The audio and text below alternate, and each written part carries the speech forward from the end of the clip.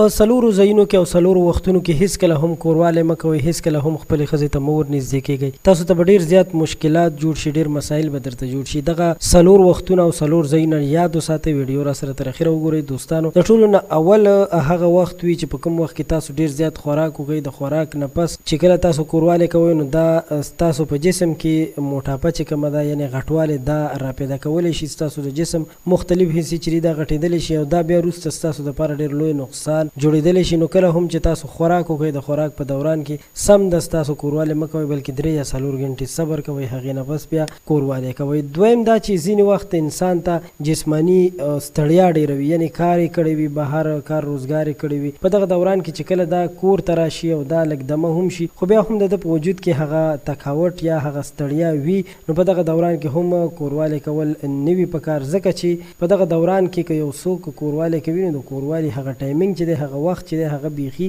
کم پاتې کېږي. نو دغه دوران کې هم کوروالی کول نه وي پکار، د خپل صحت خیال ساتل پکار وي.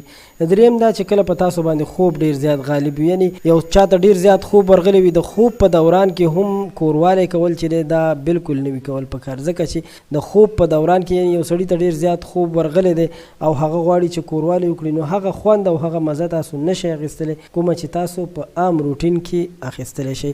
او څلورم دا چې ځینې وختونو کې کومې مېرمنې ښځې چې وي هغوی د میاشتنۍ یا ماهواري بیمارانې وي او خاوندانه دغه دوران کې هم کوشش کوي چې هغوی سره کوروالی وکړي یا خپل زړه خوشحاله کړي. نو په یاد ولرئ چې دا ستاسو دپاره ډېر لوی مرض، ډېر لوی بیماري پیدا کولی شي. په دغه دوران کې تاسو ته پکار دی چې مکمل د کوروالی کولو نه ځان وساتئ، ځکه چې تاسو په بیمارۍ باندې اخته کېدلی شئ.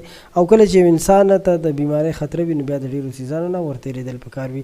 امید لرم تاسو به ما سره په دې خبرو کې متفق یې. ویډیو به مو خوښه شوي وي. که ویډیو مو خوښه شوي ویډیو لایک کړئ، زموږ چینل ضرور سبسکرایب کړئ. په آینده کې به هم تاسو سره نوي معلومات، نوي ویډیوګانې شریکېږي. ډېره مننه. د خپل ځان خیال ساتئ.